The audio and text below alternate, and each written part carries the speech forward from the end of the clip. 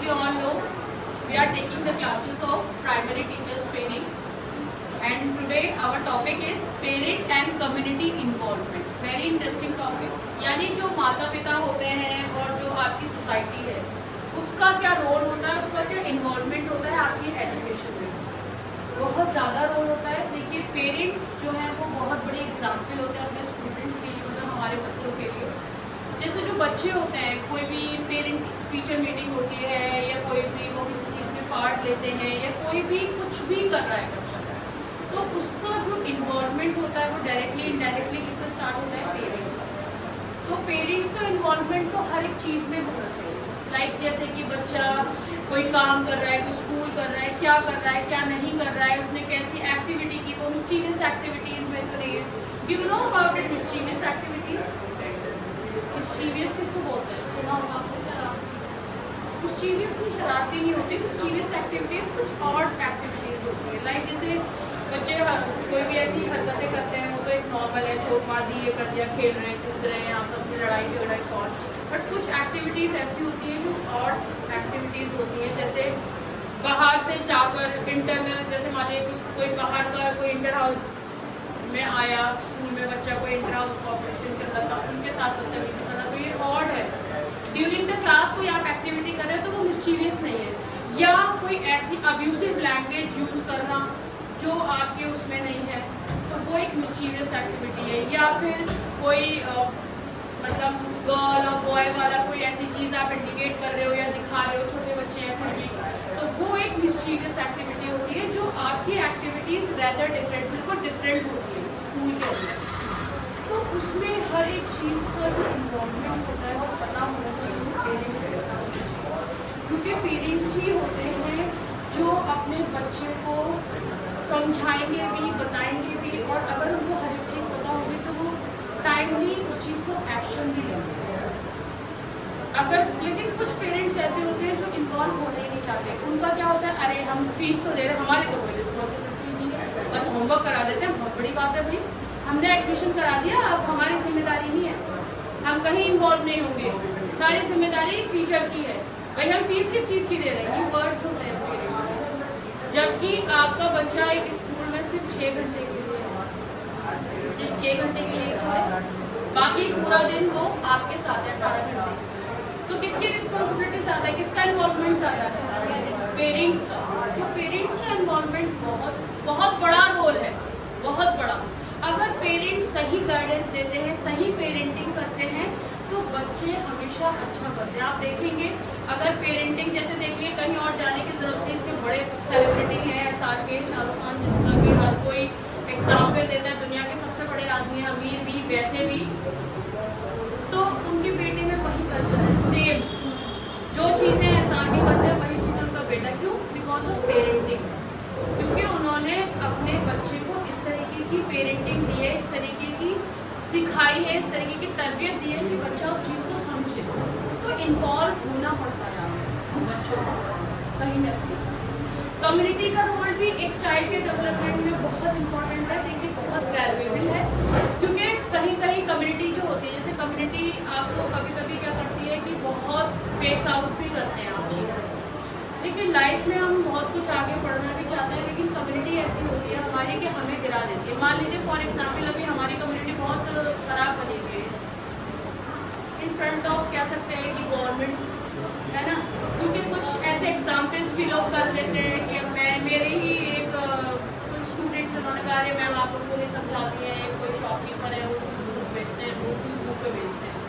अब पता नहीं उन्होंने की होगी, वीडियो बनाई होगी ऐसी है जो भी है, बट ऐसी चीज़ें करके ना आप अपनी एक कम्युनिटी को बदनाम करते हो। फिर वो जब एक कोई ख़राब चीज़ होती है तो वो बच्चों में, बड़ों में, पूरी कम्युनिटी में आ जाती है।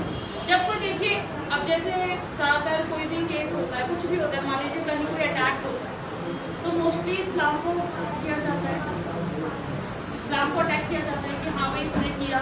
और फिर उसमें एक बंदा अगर एक कोई मुसलमान निकल आया तो फिर एक की वजह से पूरी कम्युनिटी को ख़राब सुनना पड़ता है नहीं।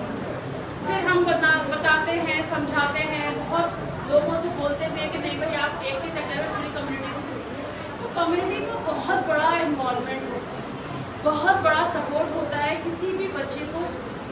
देखिए कुछ लोग ऐसे भी, कुछ बच्चे भी ऐसे होते हैं कि अगर वो गलतियां कर देते हैं एक्सेप्ट करके आगे बढ़ना चाहते हैं, लेकिन सोसाइटी इतनी खराब होती है, कम्युनिटी इतनी खराब होती है कि उनको वो पीछे की चीज़ें याद दिलाते रहेंगे, हिस्ट्री याद दिलाते रहेंगे। जबकि हजरत अली जो थे उन्होंने बिल्कुल साफ मना कर रखा है इस चीज़ को कि जो इंसान की पुरानी चीज़ें हैं वो कभी भी तलब नहीं करनी चाहिए, क्योंकि एक इंसान अगर आगे बढ़ना चाहे, बच्चा अगर अपनी गलतियों से आगे सीख रहा है, बढ़ रहा है, तो उसको कम्युनिटी की हेल्प, मतलब कम्युनिटी को उसकी हेल्प करनी चाहिए ताकि उसका एक डेवलपमेंट अच्छा हो सके। तो कम्युनिटी का सपोर्ट बहुत होता है, कल्चरल वाइज भी, रिलीजनल वाइज भी, रीजनल वाइज भी, हर एक तरीके से कम्युनिटी हेल्प करती है बच्चे के डेवलपमेंट। उसकी बात है जैसे कि इसमें बताया आपको कि collaboration and communication in education, यानी कि देखिए कि जैसे जब पेरेंट टीचर मीट होता है, ठीक है, एक कोलैबोरेशन है और एक कम्युनिकेशन है बिटवीन टीचर एंड पेरेंट। इसलिए आपको पीटीएम की जाती है ताकि आपकी जो प्रॉब्लम्स हो आप पेरेंट्स तक रख सके, यानी कोलैब्स करना जरूरी है। कोलैब्स मीन्स एक दूसरे से मिलना, कोलैब करना, मिलना, समझना, तो उसके लिए कम्युनिकेशन होना जरूरी है। लाइक पूरे साल अगर पीटीएमसी ना हो तो आपको पता चलेगा अगर आपका बच्चा कैसा कर रहा है, क्या कर रहा है भाई, क्योंकि जो मैसेजेस आते हैं आपके पास या जो भी चीज़ें आती हैं अगर एजुकेशनल भी एकेडमिक्स भी, तो वो तो लिमिटेड ही आती है। वो कोई ऐसा थोड़ी है कि आप हर चीज़ पूछ रहे हो उनसे, डेली रूटीन्स तो आप नहीं पूछोगे, क्या कर रहा है बच्चा, कैसा कर रहा है, वो आप कब पूछोगे जब पेरेंट्स टीचर मीट होगी। आप भी अपनी प्रॉब्लम्स को रखोगे, भाई आपके बच्चे में ये प्रॉब्लम है, हमारे बच्चे में ये प्रॉब्लम है, वो भी आपके बच्चे में प्रॉब्लम है। तो communication between parents and teachers बहुत इंपॉर्टेंट है। वो टीचर मीटिंग के थ्रू हो जाता है और जिससे हेल्प होती है एक दूसरे की, ठीक। उसके बाद है जैसे कि पेरेंट इन कम्युनिटी, आपको सोसाइटी गैदरिंग्स होती है, पेरेंट्स होते हैं, तो उनमें भी लोगों का मिलना, आपस में कोलैब होना बहुत इंपॉर्टेंट है, क्योंकि कम्युनिटी की चीज़ें भी सिखाना बच्चे को बहुत इंपॉर्टेंट है। अब मान लीजिए बच्चा एक मुस्लिम फैमिली में है या बच्चा एक हिंदू फैमिली में है। अब हिंदू फैमिली का बच्चा मान लीजिए कोई मुस्लिम आ रहा है, उसको सब नमस्ते, या फिर कोई मान लीजिए मुस्लिम बच्चा है वो कह रहा है कि हमें नमस्ते, और कोई अगर हिंदू बच्चा कह रहा है अस्सलाम वालेकुम, तो कैसा फील होगा? मतलब नो डाउट अच्छी बात है, चलो ठीक है, उसको कल्चर आ रहा है, अच्छी बात है, कल्चर होना अलग चीज़ है। लेकिन एक कम्युनिटी है तो एक कम्युनिटी वाली चीज़, उसके लिए गैदरिंग्स में जाना, कोलैब करना, समझना, बच्चों को भी समझाना कि आप रेस्पेक्ट सबकी करो, बट आपकी जो कम्युनिटी है आपको उससे नहीं हटना। अगर आप मुस्लिम हो तो आपको सारे जो कल्चर्स हैं, सारी जो कम्युनिटी की चीज़ें हैं, वो सब आपको एक्सेप्ट करनी है और उनकी वैल्यूज़ लेकर आपको आगे बढ़ना है। यही चीज़ आपको फिर सेम कम्युनिटी के लिए भी है कि कम्युनिटी वाले भी उन चीज़ों को बेसिकली एक्सेप्ट करें और आगे बताएं चीज़ों कि हाँ भाई ये है, ऐसे। ये नहीं कि एक तंज कसना शुरू कर देते हैं ना। अगर मान लीजिए कोई बच्चा नमाज नहीं पढ़ता तो उस पर आप टोंटबाजी शुरू कर दे, अरे तुमसे तो कुछ हो ही नहीं सकता, तुम तो ये नहीं कर सकते, तुम्हें तो तला जाएगा और भूना जाएगा और आपके लपेटों में मारा जाएगा और ये करा जाएगा, तो ऐसे बच्चा और भी ज़्यादा डर जाएगा। तो कम्युनिटी को भी बच्चों को, हर एक इंसान को हेल्प करनी चाहिए। ये होता है, ये मतलब होता है, क्योंकि इकरा को हंसी आ रही है इसलिए, क्योंकि ये होता है, बच्चों से हम बोलते हैं चीज़ें ऐसा होगा, ऐसे होगा, ऐसा होगा, तो बच्चे डर जाते हैं। तो मैंने पहले भी कहा था कि इस्लाम की मोहब्बत होनी चाहिए, डर नहीं होना चाहिए। डर होना ज़रूरी है, डर होना उस चीज़ का डर होना कि हाँ लेकिन मैं कुछ गलत करूँगी ना, तो मैं ये नहीं कि कम्युनिटी के जरिए तो है ही, लेकिन अल्लाह पाक को भी बुरा ना लगे ना। अगर मैं उसको प्यार करती हूँ तो उसको भी वो चीज़ हर्ट ना हो। दुनिया में सबसे नज़दीक तो हमारे अल्लाह ही है, तो हम अल्लाह को कैसे हर्ट कर सकते हैं इंसानों के चक्कर में? तो ये चीज़ है। बट अब ये थोड़ी है, उसके लिए हम एग्जाम्पल ऐसे सेट कर दें कि बच्चे डर के मारे और भैया राम राम करे जा रहे, वो चीज़ नहीं। हर रिलीजन में जो भी पेरेंट है उनको एक रिस्पेक्ट देनी चाहिए, वो मोहब्बत समझे उस चीज़ को। पूजा भी कर रहे हैं, अगर उनको मान लीजिए ट्यूसडे में जाना है तो वो टाइमली जाए कि हाँ हमारे लिए इम्पोर्टेंट है। नमाज पढ़ रहे हैं, टाइमली पढ़ें, उनको समझना चाहिए कि हाँ ये इम्पोर्टेंट है, ये अच्छा है हमारी लाइफ में, हम उसको अपनाएंगे, कम्युनिटी वाइज चीज़ें करेंगे, वैल्यूज़ को समझेंगे, बिलीव्स को समझेंगे, तो हमें पीस मिलेगा, हमें अच्छा लगेगा, हमारी ज़िंदगी बेहतर होगी। ये समझने के लिए काम करना है, ना कि इसलिए कि हाँ भी पता चले कि क्योंकि हम आग में चले जाएंगे हमें ये होगा तो उसके बाद है कोलैबोरेशन होना चाहिए ओवरऑल एजुकेशन सिस्टम का, यानी कि एक ओवरऑल सिस्टम हमारा, जैसे मान लीजिए स्कूल ही है, स्कूल में चीज़ें क्या चल रही हैं, कैसे चल रही है, फिर कम्युनिटी वाइज कोई चीज़ क्या है, क्या चीज़ है। जैसे मान लीजिए कि आपने देखा होगा अब हर एक स्कूल का फोकस रहता है कि वो हर एक इवेंट को मतलब इवन छोटे छोटे चीज़ों को भी सेलिब्रेट किया जाता है। आप तो फिर भी बहुत कम इवेंट हैंड करते हो, मैं तो अपनी बातों को देखती हूँ, आप अपनी बच्ची को देख रहे हो, बच्चों को आप देखेंगे कि ऐसा लग रहा है कि भैया पेरेंट्स ही पढ़ता है। सीरियसली हमारा काम शुरू हो गया है कि हम लोग दोबारा पढ़ रहे हैं, क्योंकि कोई त्योहार, कोई कस्टम, कोई चीज़ ऐसी नहीं है जो सेलिब्रेट ना होती है, हर एक चीज़ सेलिब्रेट होती है। तो उससे हम ओवरऑल एक एजुकेशन भी प्रोवाइड कर रहे हैं स्टूडेंट्स को, क्योंकि भाई हम बच्चों को इवेंट्स के थ्रू या जैसे भी जो भी है चार्ट मेकिंग करा रहे हैं या पेंटिंग करा रहे हैं या म्यूजिक के थ्रू करा रहे हैं, कुछ विजुअली दिखाकर करा रहे हैं या प्रोजेक्टर कुछ भी चीज़ें करा रहे हैं स्मार्ट क्लास देकर, बट हम उनको ओवरऑल एजुकेशन किस चीज़ के लिए होती है, बच्चों की बेसिकली चाइल्ड डेवलपमेंट के लिए। बच्चा डेवलप करे किसी क्लास में, उसमें उसको अंडरस्टैंड हो चीज़ों और वो अपनी चीज़ों को और आगे डेवलप कर सके और आगे ग्रोथ हो उसकी, इसी चीज़ के लिए ओवरऑल चीज़ें हम करते हैं। किसी भी उसमें चाहे स्कूल ले लो, इंस्टीट्यूट ले लो या कहीं भी जो भी चीज़ें कराई जाती है, ये भी छोटे ही बच्चे नहीं, यहाँ तो छोटे बच्चों की बात हो रही है, स्कूल की बात हो रही है, बट कॉलेजेस में भी यही होता है। अब जामिया है तो इसी को क्या ज़रूरत थी इतना काम झाम करने की, लेकिन इससे भी तो डेवलपमेंट होता है ना। अब कव्वाली है, मुशायरा है, ये सारी चीज़ें बच्चे सीख रहे हैं ना स्टूडेंट्स। तो इसी तरीके से स्कूल में भी फंक्शंस होते हैं, बहुत सारी चीज़ें होती हैं, ओवरऑल एक कोलैब होता है हर एक किसी के, कि प्रिंसिपल का टीचर से, टीचर का पेरेंट से, पेरेंट का बच्चों से, बच्चों का मतलब कम्युनिटी से, एक इंटर रिलेटेड है, हर एक दूसरे पे इंटरडिपेंडेंट है और हर एक दूसरे से म्यूचुअल अंडरस्टैंडिंग से काम चलता है।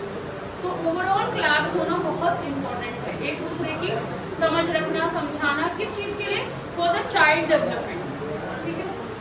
उसके बाद है formation of groups and committees, बहुत इंपॉर्टेंट है किसी भी ग्रुप्स को, कमेटीज को बनाना, क्योंकि ग्रुप्स और कमेटीज ही होते हैं जो किसी भी स्कूल को एक मतलब आगे लेके जाने। जैसे ग्रुप्स मान लीजिए हम डिवाइड कर देते हैं, ये ग्रुप है ये इस काम के लिए, ये कमेटी बनी हुई है वो इस काम के लिए। कुछ कमेटीज हैं जैसे मान लीजिए भाई एग्जामिनेशन कमेटी अलग है मान लीजिए, या फिर आपकी जो है वो आपकी एकेडमिक कमेटी अलग है, स्पोर्ट्स की कमेटी अलग है, वो ग्रुप्स अलग बने हुए हैं, कल्चरल फेस्ट के ग्रुप अलग बने हुए हैं, फेस्ट के ग्रुप्स अलग बने हुए हैं, आर्ट एंड म्यूजिक के ग्रुप्स अलग बने हुए हैं।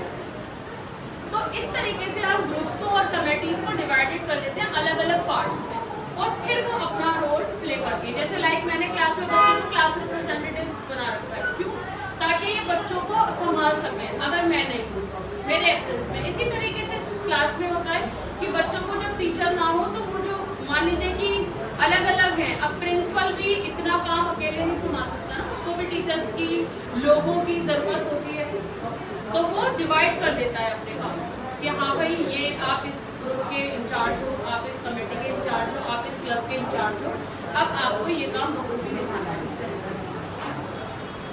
उसके बाद है पेरेंट ट्रेनिंग वर्कशॉप्स, बहुत इंपॉर्टेंट है। देखिए पेरेंट ट्रेनिंग वर्कशॉप होना किसी भी स्कूल में, इस तरीके से आपके टीचर्स ट्रेनिंग की वर्कशॉप होती है, इसी तरीके से पेरेंट की ट्रेनिंग की वर्कशॉप्स भी होनी चाहिए। इसलिए क्योंकि देखिए हर इंसान की आइडियोलॉजी अलग होती है। एक स्कूल में मैं बैठी थी, वो एक प्रिंसिपल से लड़ रही थी, एक पेरेंट, वो कह रही थी मेरी तो ये मत कह देना मुझसे कि घर में पढ़ाया करो, मेरे पास टाइम नहीं है, मैं जॉइंट फैमिली में रहती हूँ। बिल्कुल यही बोलूँगा एग्जैक्टली, मुझसे मत कह देना पढ़ाने के लिए फीस काय को दे रहे हैं हम तुम्हें, इतनी फीस दे रहे हैं हम तुम्हें, फीस काय को दे रहे हैं हम, और क्या कहते हैं हमारी कोई जिम्मेदारी नहीं है, मैं तो होमवर्क करा रही हूँ, यही बड़ी बात है, मैं किस चीज़ के पैसे दे रही हूँ। और ये अमूमन टीचर्स सुनते हैं अपने स्कूल में, मोस्टली 60 से 70% टीचर्स को ये फेस ऑफ करना पड़ता है पेरेंट्स को। वो कहने का तरीका अलग हो सकता है, लेकिन इस तरीके से टीचर्स बोलते हैं, मतलब पेरेंट्स बोलते हैं टीचर्स को। सो पेरेंट्स को ट्रेनिंग होना बहुत इम्पोर्टेंट है, क्योंकि उनको नॉलेज नहीं होगी, उनको पता नहीं होगा कौन सी चीज़ कब बोलनी है, क्या करना है, बच्चों के साथ कैसे। एक्चुअली पेरेंटिंग भी नहीं होती, क्योंकि उनकी भी नहीं होती। मान लीजिए कि उनके पेरेंट्स भी अनएजुकेटेड थे, उन्होंने उस तरीके से उनको पेरेंटिंग नहीं दी, उस तरीके से उनको तरबियत नहीं दी, तो उन्हें पता ही नहीं है बेचारों को, गलती उनकी भी नहीं है। उन्होंने जो देखा, उन्होंने जो सीखा वही अपने बच्चों पे कर रहे हैं। फिर बच्चे भी आगे डिलीवर करेंगे तो क्या करेंगे, वो वही चीज़ देखेंगे जो अपने घर में देखा है। तो इसलिए पेरेंट्स की ट्रेनिंग होना, वर्कशॉप्स होना 15 डेज में या वीकली या मंथली या मान लीजिए कि 2 महीने बाद बहुत अच्छा रोल प्ले करती है। कुछ ना कुछ पेरेंट्स को, जैसे स्कूल के इंडक्शन क्लासेस होते हैं, अच्छे बड़े स्कूल्स में इंडक्शन क्लासेस होते हैं, उसमें क्या होता है कि जितने भी रूल्स होते हैं, अब मान लीजिए आप किसी को मेल पढ़ना नहीं आता तो आप कैसे समझ पाएंगे, किसी को व्हाट्सएप के मैसेज पढ़ने नहीं आते। लेकिन जब मैं आपको यहाँ से समझा रही हूँ, आपको इतना बहरा तो नहीं है, ये सुन भी नहीं सकता अगर मैं हिंदी में ही बात कर रही हूँ, और इंग्लिश में भी अगर कर रही हूँ तो ट्रांसलेशन हिंदी में भी होता है, किसी भी दुनिया का कोई भी स्कूल है। तो जब आप सामने बैठे तो अब इतना तो आप सुनोगे, अब इतना सुन के भी अगर आप अपने बच्चे पे ध्यान नहीं दे रहे तो फिर तो आपकी गलती है। तो लेकिन स्कूल की जिम्मेदारी है कि इंफॉर्मेशन एक्चुअल में ट्रू इंफॉर्मेशन पेरेंट तक जानी चाहिए। अब वो फिजिकल पेरेंट्स नहीं जा सकती है, वर्कशॉप से थ्रू ही जा सकती है। अगर आप मेल देखते हो, मान लो तुम्हें मेल चलाने नहीं आता, तुम शर्मिंदगी में ये तो कहते हो मुझे तो आता है, लेकिन आता नहीं है, पर सामने वाले को अच्छा बनने के चक्कर में नहीं हमें नहीं, हमें तो आता है, लेकिन आता कुछ नहीं। अब मेल आए चले आ रहे हैं, आए 2 आए 50 मेल हो गए, पता ही नहीं क्या चल रहा है। ये चीज़ें हमें फेस ऑफ ना करनी पड़े, इसलिए टीचर्स का और स्कूल का भी बहुत बड़ा रोल है कि इस चीज़ के लिए हमें पेरेंट्स तक बात पहुंचानी इम्पोर्टेंट है, क्योंकि जब और उसके बाद भी ना करें तो फिर पेरेंट्स की गलती है। तो पेरेंट्स की ट्रेनिंग प्रोग्राम्स बहुत इंपॉर्टेंट है, वर्कशॉप्स अलग अलग। पेरेंट्स का बेसिकली इंगेजमेंट, देखिए स्कूल में दी मोस्ट इम्पॉर्टेंट आपको ये शो करना है कि ये स्कूल इतना अच्छा स्कूल है कि हमें भी इंगेज करता है बच्चों के साथ साथ, यानी हमारे बच्चों के साथ साथ हमें भी कुछ ना कुछ बुलाता रहता है किसी फंक्शन के थ्रू। भाई आपने कोई मान लिया कि ग्रीनरी का कोई फंक्शन रख दिया, आपने आर्ट एंड क्राफ्ट का कुछ रख दिया, इसी बहाने आपने पेरेंट मीट भी रख दिया, आपने एक वर्कशॉप पेरेंट्स के लिए रख ली, कोई अच्छा टॉपिक जो आजकल हेल्दी टॉपिक्स चल रहे हैं, कोई भी किसी भी चीज़ को लेके उस चीज़ पे आपने, भाई करंट अफेयर्स चल रहे हैं उस पर आपने कोई रख दिया वर्कशॉप।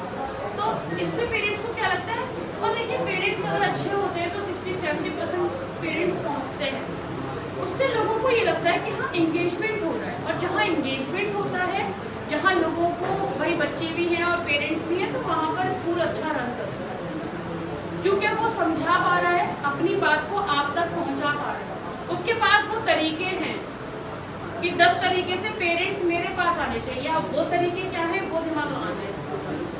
आप प्रोग्राम्स रख दो इस तरीके के जिसमें पेरेंट्स आए, वर्कशॉप्स रख दो जिसमें पेरेंट्स आए, और आपके इस तरीके की चीज़ें इंटरेक्टिव सेशंस रख दो जिसमें पेरेंट्स आए। कोई अच्छा स्कॉलर बुला लो, उसको बुलवा दो, उनके भी मजे आ जाए। कभी मुशायरा भी करवा दिया स्कूल में, भी होती है चीज़ें, गज़ल वगैरह ये सारी, तो खूब इंटरेस्ट भी लेते हैं। तो ये सारी चीज़ें, ये सब चीज़ें किस चीज़ के लिए है, पेरेंट्स को वो करने के लिए, ताकि पेरेंट्स इंगेज रहें और बच्चों के साथ सपोर्ट करें। ठीक,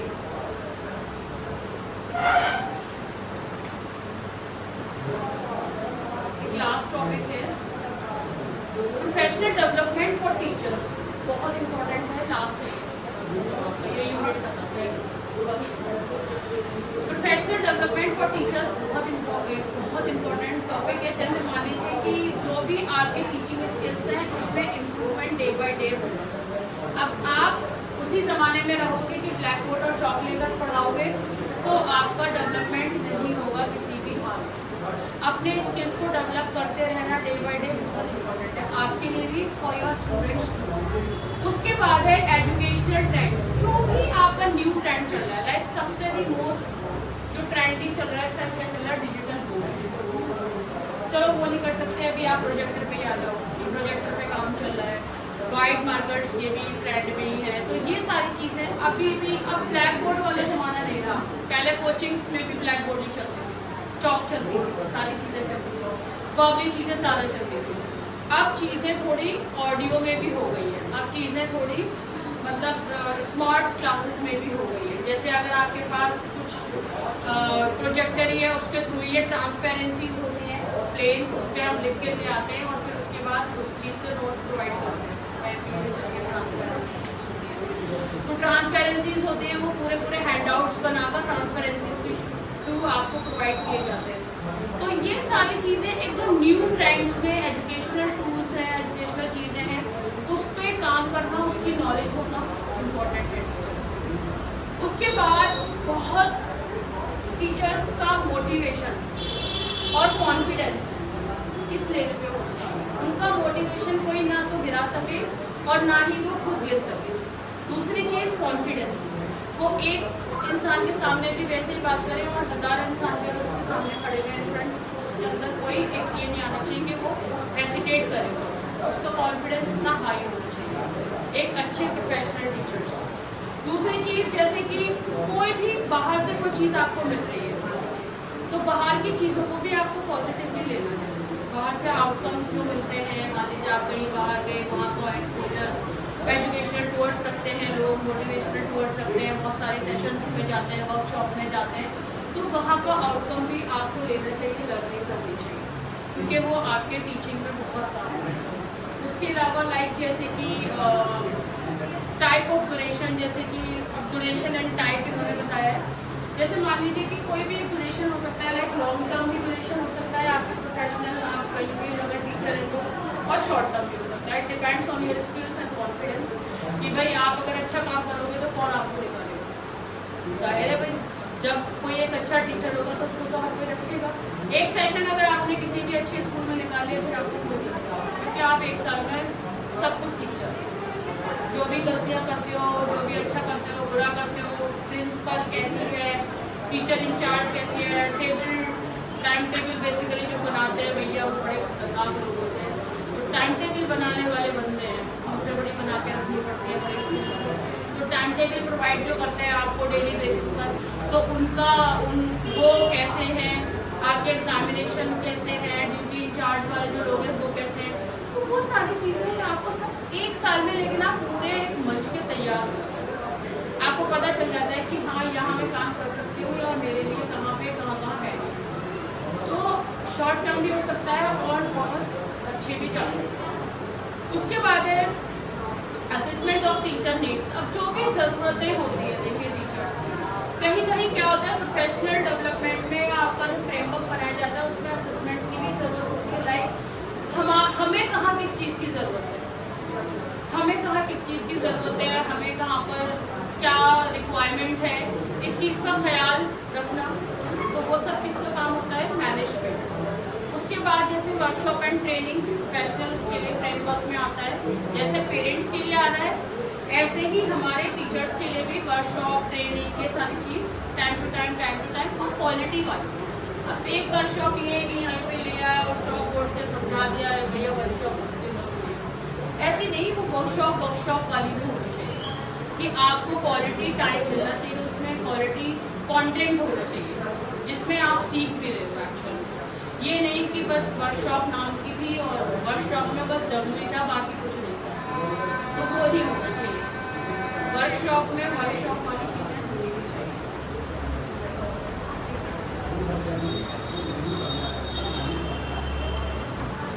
उसके बाद है जैसे कि देखिए ट्रेनिंग्स होती है।